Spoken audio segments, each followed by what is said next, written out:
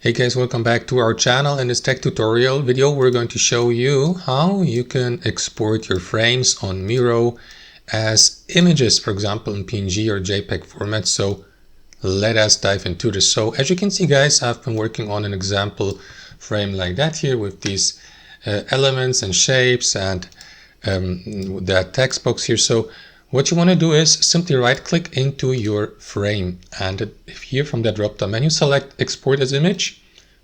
After that, select your size here in the top left, which is usually small, medium or large depending on your membership. For example, with my membership I can export images only in small and JPEG format with that resolution here.